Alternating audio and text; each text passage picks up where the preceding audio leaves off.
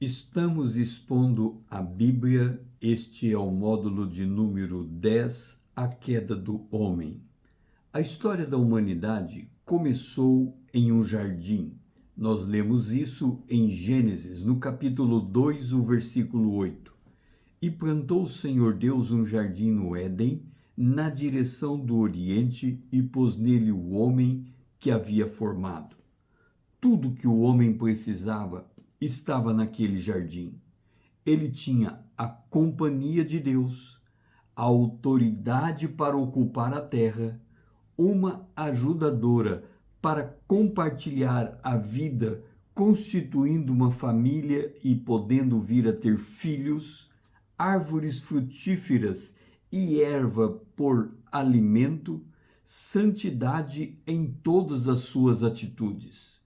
A única obrigação dada a Adão no jardim do Éden era o de não comer do fruto proibido, da árvore do conhecimento do bem e do mal. Ele deveria repousar a sua confiança e a direção de sua vida nas mãos de Deus. Em Gênesis, capítulo 2, o versículo 16, há esta determinação divina. E o Senhor Deus lhe deu esta ordem: de toda árvore do jardim comerás livremente.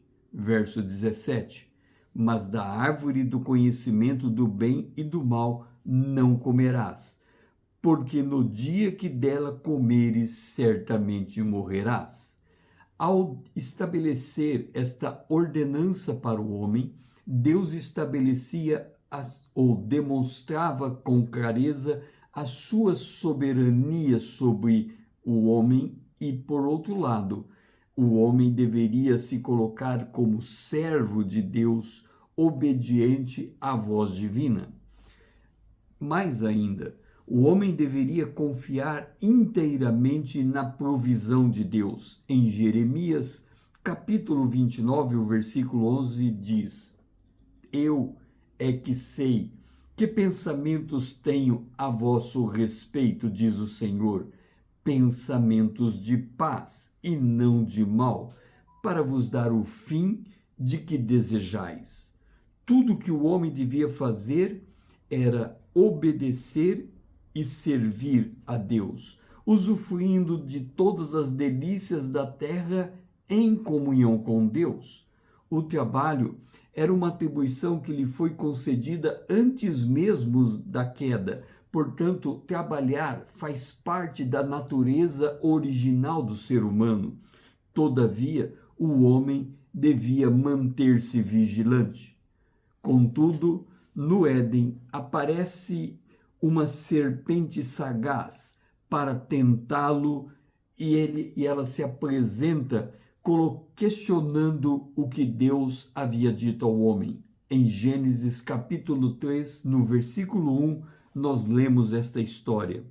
Mas a serpente, mais sagaz que todos os animais selváticos que o Senhor Deus tinha feito, disse à mulher: é assim que Deus disse: não comereis de toda a árvore do jardim? Satanás estava por detrás dessa serpente. Se nós lermos Apocalipse capítulo 12, o versículo 9, diz que a antiga serpente é o grande dragão, Satanás e o diabo. Ele é o anjo caído. Nós já falamos e relatamos como se deu a queda dos anjos, mas precisamos conhecer a índole deste inimigo. Em 2 Coríntios capítulo 1, capítulo 2, o versículo 11, nos dá essa advertência. Para que Satanás não alcance vantagem sobre nós, pois não lhe ignoramos os seus desígnios, precisamos conhecer o poder sedutor que tem Satanás. Ele é esse sedutor. Em Apocalipse capítulo 12, o versículo 9, que já citamos, diz: ele é o sedutor de todo mundo. Ele tem grande habilidade para a falsidade e para a mentira. Ele é chamado o pai da mentira. O seu objetivo é destruir o ser humano. João, capítulo 10, versículo 10, afirma: o ladrão vem somente para roubar, matar e destruir.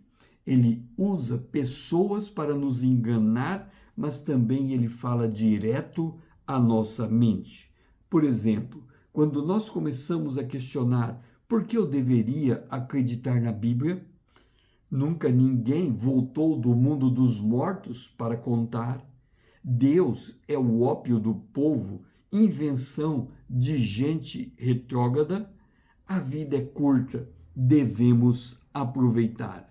Sentenças como esta em nossa mente é uma maneira do inimigo colocar em dúvida a palavra de Deus.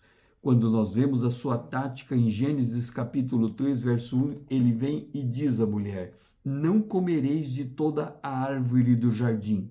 Depois da mulher responder que poderia morrer se comesse, ele disse: é certo que não morrereis. Então, qual é a tática de Satanás para nos contrapor contra Deus? Primeiro, negar a bondade de Deus e tirar de nós a confiança em Deus. Segundo, negar a justiça de Deus e tirar de nós a obediência à palavra de Deus. Terceiro, fazer-nos buscar sermos iguais a Deus, tirando de nós a humildade que devemos ter diante do soberano de toda a terra. E qual foi o resultado dessa desobediência? Efésios, no capítulo 2, o versículo 2 diz: nos quais andaste outrora segundo o curso desse mundo, segundo o príncipe da potestade do ar, do espírito que agora atua nos filhos da desobediência, entre os quais também todos nós andamos outrora, segundo as inclinações da nossa carne, fazendo a vontade da carne e dos pensamentos, e éramos, por natureza, filhos da ira. Ou seja, quando Satanás nos engana, ele faz-nos acreditar que podemos viver segundo as nossas próprias ideias e os nossos pensamentos, ignorando a palavra de Deus. E a sua principal tática é lançar dúvida na palavra de Deus. E qual foi o erro que a mulher cometeu ao dar ouvido à serpente? Em Gênesis capítulo 3, versículo 3, ela diz: mas do fruto da árvore que está no meio do jardim, diz Deus, dele não comereis nem tocareis, para que não morrais. Veja a importância que temos de prestar atenção nos detalhes da palavra de Deus. Esta mulher disse que a árvore do conhecimento estava no meio do jardim. Mas em Gênesis, capítulo 2, o versículo 9, nós lemos que a árvore que estava no meio do jardim era a árvore da vida. Portanto, ela tirou o foco de Deus e colocou o foco naquilo que seria a fonte da sua desobediência. Segundo, a mulher disse não poder comer e nem tocar. Deus nada havia dito sobre tocar, mas ele havia dito sobre não comer. Acontece que se ela tocasse na folha daquela árvore, achando que tocar já implicaria em comer, ela teria um falso senso de culpa, acrescentando algo ao que Deus não havia dito. Em Apocalipse, capítulo 22, verso 18 e 19, fala-nos deste cuidado que devemos ter. Eu, a todos aquele que ouve a palavra da profecia desse livro, testifico. Se alguém lhes fizer qualquer acréscimo, Deus acrescentará os flagelos escritos nesse livro. E se alguém tirar qualquer coisa da palavra do livro dessa profecia, Deus tirará a sua parte da árvore da vida da cidade santa e das coisas que se acham escritas nesse livro. Ou seja, não podemos nem acrescentar e nem tirar algo da palavra de Deus. E qual foi a atitude do marido daquela mulher, do homem, de Adão? Em Gênesis capítulo 3, o versículo 6 é dito: vendo a mulher que a árvore era boa, ela comeu e deu também a seu marido, e ele comeu. Adão optou por não dar ouvido à voz de Deus e agir por conta própria.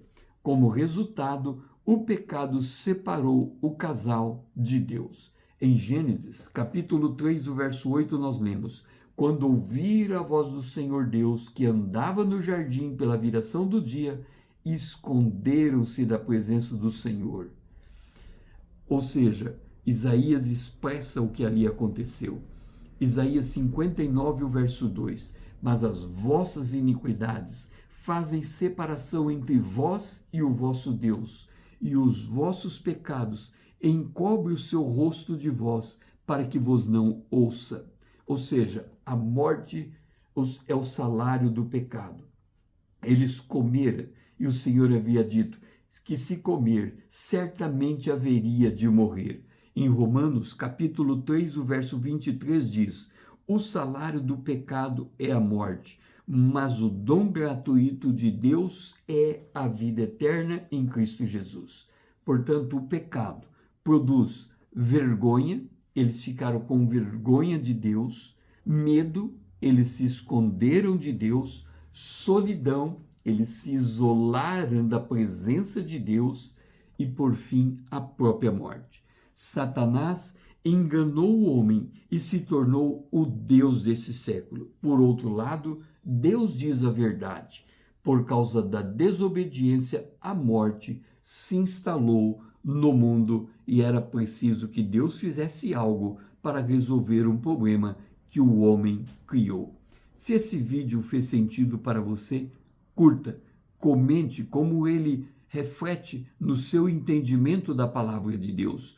Compartilhe para que mais alguém possa também conhecer a queda do homem no jardim do Éden. Salve para você rever os textos que foram citados. Siga-me para que possamos crescer na graça e no conhecimento do nosso Deus. O meu lema é: conhecendo a palavra, para sermos transformados pelo poder de Deus na imagem de Cristo. Eu sou o pastor César Azevedo. Grato por me seguir, grato por me ouvir e até a próxima.